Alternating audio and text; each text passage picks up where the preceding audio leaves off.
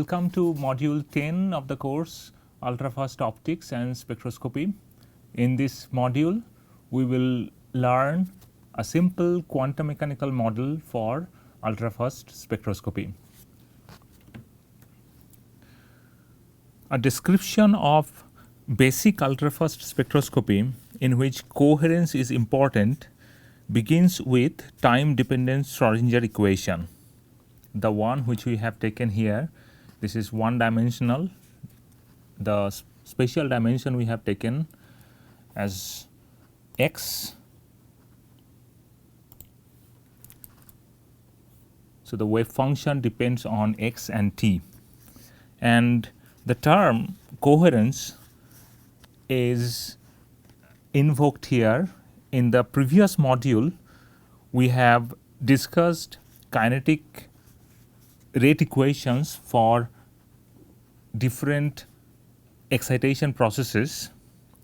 In those rate equations, we haven't discussed any coherence effect. So, what does it mean by this coherence? A simple manifestation of coherence can be understood from following figure. Let us say I have ground electronic state and the system is in the vibrationally ground state, and I am exciting the system to the electronically excited state. In the electronically excited state, I have different vibrational states. These are electronically excited states. Now, when we undergo this transition with the help of a monochromatic photon, then we can excite from V equals 0, V equals 1, V equals 2, these are the vibrationally excited states. So, one can excite from V 0 of the ground state to the V 2 of the excited electronic state, and that is possible only when I have monochromatic excitation source. But when we are dealing with an ultrafast pulse, a short pulse, then we know that a short pulse will always have, this is intensity profile of the pulse, will always have a broad bandwidth. So, instead of a monochromatic excitation, we might have a number of excitations simultaneously. So, this is represented by the broad bandwidth, which means I will be exciting this vibrational mode, this vibrational mode, this vibrational mode, this vibrational mode, this vibrational mode simultaneously. This kind of simultaneous excitation gives rise to coherence effect, or we create an wave packet. What does it mean? This will be revealed very soon. We create an wave packet. Okay. So, any kind of coherence effect can be understood from time dependent Schrodinger equation, where H is the Hamiltonian of the system. Here for simple representation we have used one dimensional problem, and single particle problem we have only simple potential operator and the kinetic energy operator in one dimension. Now, what does it mean by this psi x? This psi x t, if we take, this is wave function, but if we take the modular square of dx, then this represents the probability of finding the particle between x and x plus dx. In this regime, what is the probability of finding that particle? And if it is normalized, then we can write down psi x t dx equals 1 minus infinity to plus infinity over the full space. The psi x t modular square is called probability density for finding the particle at position x and at time t. If I know psi x 0 at 0 time, if I know the wave function, then from time dependent Schrodinger equation we will be able to get a complete solution for the problem, which means any time I can find out x t, and once I know wave function, I will be able to find out the probability of finding those particles at a particular position and time. If we use then variable separation method, which can be shown very easily, one can separate this psi xt into its two different components. One can decompose wave function psi xt into its components psi x and the time temporal component. Temporal component here in the wave function is given as a phase factor. This can be proved with the help of variable separation method, and which we are not showing here. So, what does it mean? If we have this variable separation method, then we see that psi x t can be expressed as psi x, the space component, and the phase factor, time dependent phase factor e to the power minus I E t by h cut. E is the energy of that state. Now, if this is the general form of the wave function.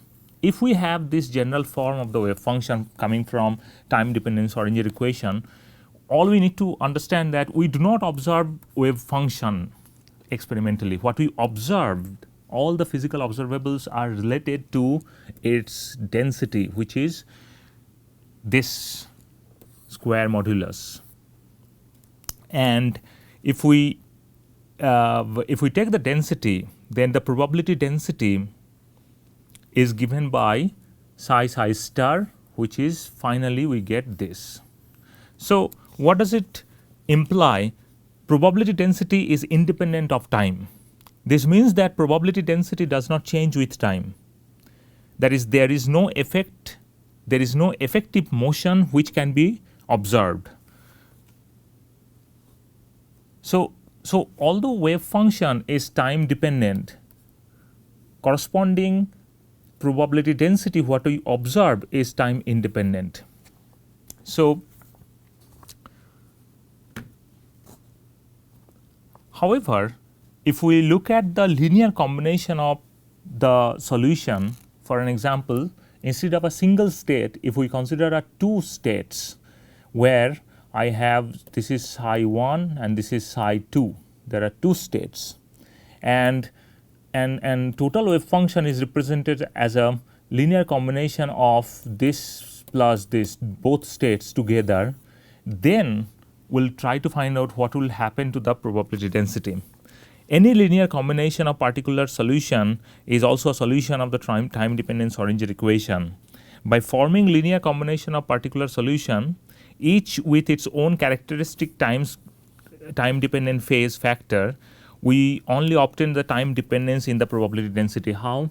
We will see that. So, this is the first wave function. Here there should be 1 because it is associated with energy of the first state. This should be 2 because it is associated with the second state, and it is a superposition state which we create.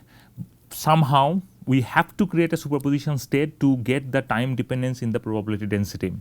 So, what I get is that if we take the modulus square, then finally we end up with an expression like this, where this is missing here, psi 2 star x is missing. So, what we get is that in such a situation where I have wave function represented as a linear combination of two states, then in that situation the probability density will depend on its own individual probability density, plus there is a time dependent component, and this time dependent component will control the time dependent variation of the density. We note that this equation has three terms. The first two come from each particular solution associated with respectively 1 and 2 states, and the third term arises from an interference term between the two. So, this is an interference term which is coming, and this will modulate as a function of time. As a function of time, it will oscillate, because this function, this phase factor, is an oscillatory function. This interference term is a result of having superposition of eigenstates with different energies a wave packet, and this is called wave packet. So, when we create an superposition state, we call it is an wave packet. It's not a pure state, it is a two states together, it's a linear combination of two states, and that is called the wave packet. Therefore, a wave packet, a superposition of states having different energies, is required to have a time dependence in the probability density, and consequently in other observables such as average position, average momentum of the particles. So, this is a very important realization in quantum mechanics. In quantum mechanics, if we have a pure state having only represented by its spatial and temporal phase factors, that for a particular pure state we cannot have a time dependence in the density, and because it does not depend on time, the average momentum and average position of that particle will not change. But if we have a superposition state, we create a wave packet, then it will change. Now, we will look at the interaction, how to think about the interaction of matter with short pulse.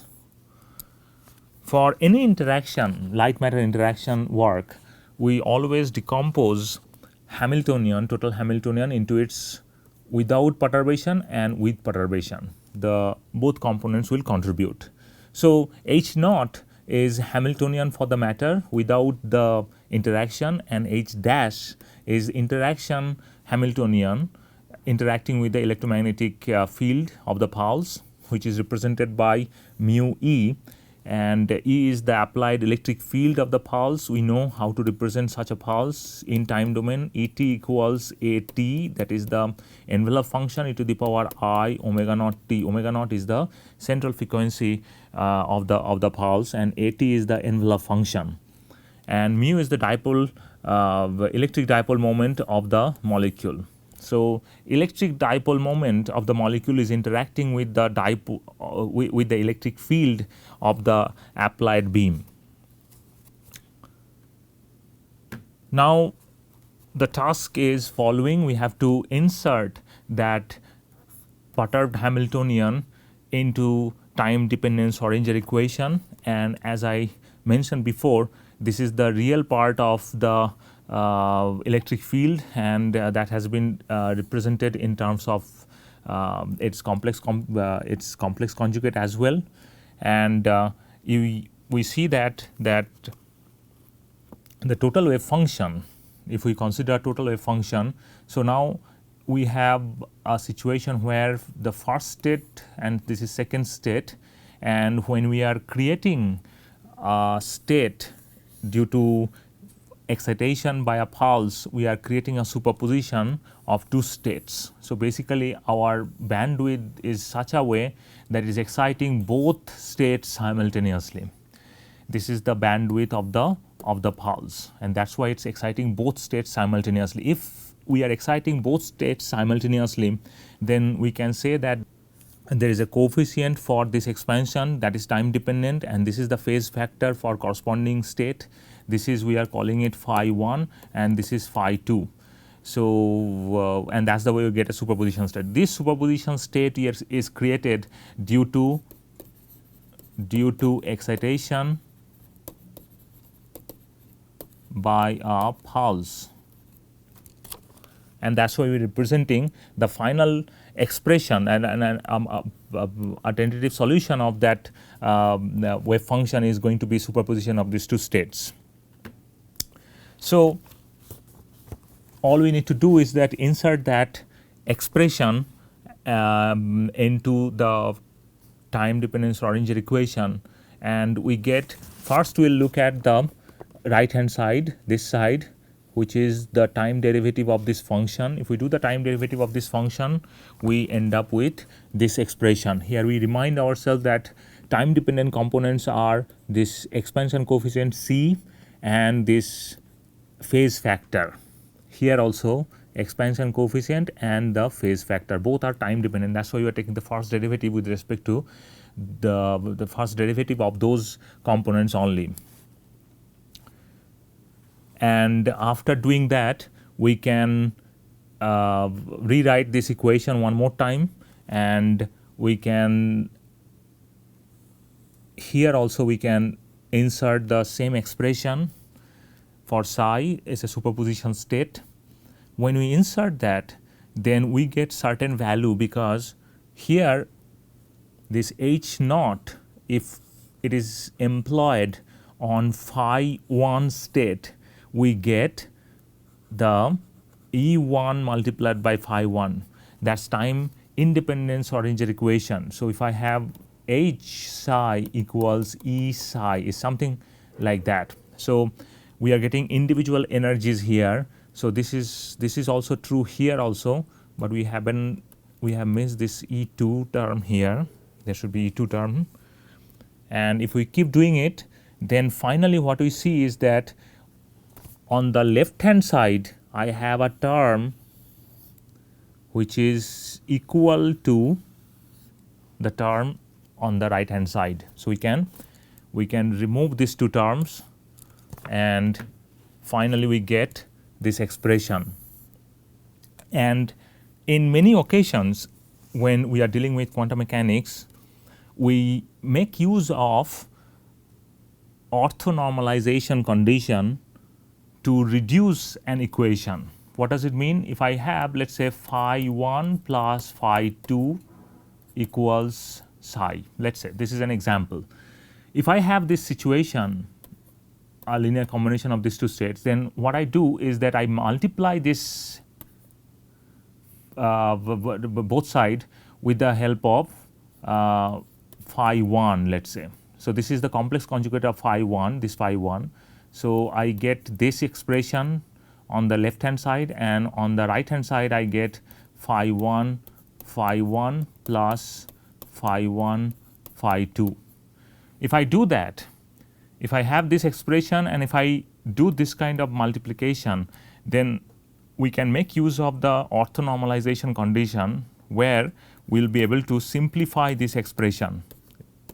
Simplify, because this is going to be 1 plus this is going to be 0, something like that. So and in many occasions in quantum mechanics, to reduce an equation, we make use of this kind of orthonormalization condition, and that's exactly what we have done here. We have two states, that's why we can multiply by phi 1 in one step, and another step we can multiply with phi 2, and then we get two equations, time dependent equations, where we are representing C1 as a function of time and C2, derivative of C2, as a function of time, these two equations. And we can remind ourselves that C1 and C2 are the coefficient, which means if I have C1 equals 0, then there is no population in the one state, and if I have C2 equals 0, then there is no population in the C2 state. So all we are interested in is that how the population is building up, how we are building up the population in the first state and the second state, depending on what is the coefficient for C1 and C2. So this is the reason why we are interested in C1 and C2. And then if we insert this, if we insert this final expression for this Pater Hamiltonian, then we get this expression, and finally we end up with this expression. This is just simplifying these expressions, and we get this. Now when you get this, this is the expression for C1, and this is the expression for C1, and we can further simplify it, and we can write down the expression for C1 like this, where this mu12 is nothing but phi 1 mu phi 2, that's mu 1 2. So what we see here is that this C2 has been taken out, so we do not have this C2 anymore here, and here also we have taken out this C2, we do not have this C2 here. Okay. So we get the final expression like this. This is suggesting how the population in the first state is changing due to the interaction of matter with a short pulse. And here we will take rotating wave approximation, where we will approximately say that this we are almost in resonance with this phi naught, and this is omega 2 1 is the difference, this excitation, they are almost in resonance with each other. And if they are almost resonance with each other, then the term which will contribute to this is going to be this C2, and we are assuming here an unsaturation condition where we can approximately say that C1 population doesn't change almost, it remains to be the same. So we are in the unsaturation limit, and if we are in the unsaturation limit, then we get the final expression for C2. So these two expressions suggesting that in the ground state, the first state and the second state, we are creating a superposition state, and we are saying that if we have a superposition state created by the excitation of a short pulse, then we can say that the ground state population is remaining almost the same, and that's why it is 1. But C2 population is changing as a function of time. This is unsaturation limit, and C2 population, C2 value will depend on this integral. So this is a representation of how the population can build up. The population can be built up in the excited state as a function of time due to interaction with the short pulse. Now let us look at the creation of the wave packet. The Hamiltonian will be expressed explicitly in terms of nuclear contribution, electronic contributions, all the contributions are included. So here this one is electronic contribution, this one is nuclear contribution, this one is potential coming from interaction between nuclei and the electron. This one is nuclei, and this one is electron interactions.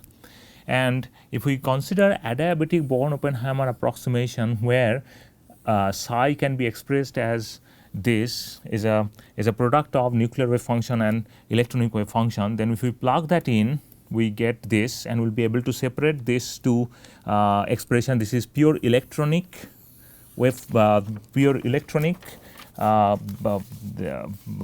component, and next one, this is pure nuclear, the contribution from nuclear motion. And if we then insert these contributions into the previous Cn equation, then we can say that this is proportional to mu 2 1, and that's the expression which we need to find that out. And mu 2 1 expression is given if we simply insert it and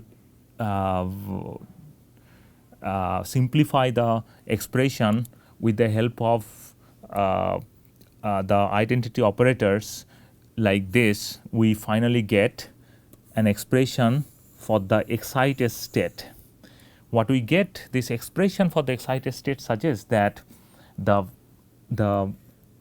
excitation at 0 time, so t equals 0, when just the interaction is happening, at that time the wave function which I have created is nothing but the ground state wave function of the ground state nuclear wave function. So what does it suggest? It suggests that, let's say at t equals 0 only. So let's say I have the ground state which is represented ground electronic state, and this vibrational state is represented by this chi 0 0. this vibrational state, and we know that the wave function of this state is going to be, if it is simple harmonic oscillator, then it's going to be an Gaussian wave function. On the other hand, we are exciting the system to the electronically excited state and with the help of an ultrafast pulse, and in that state we have a number of vibrational states, and we have assumed that we have taken linear combination of n number of states here. So, the final wave function, how does it look like?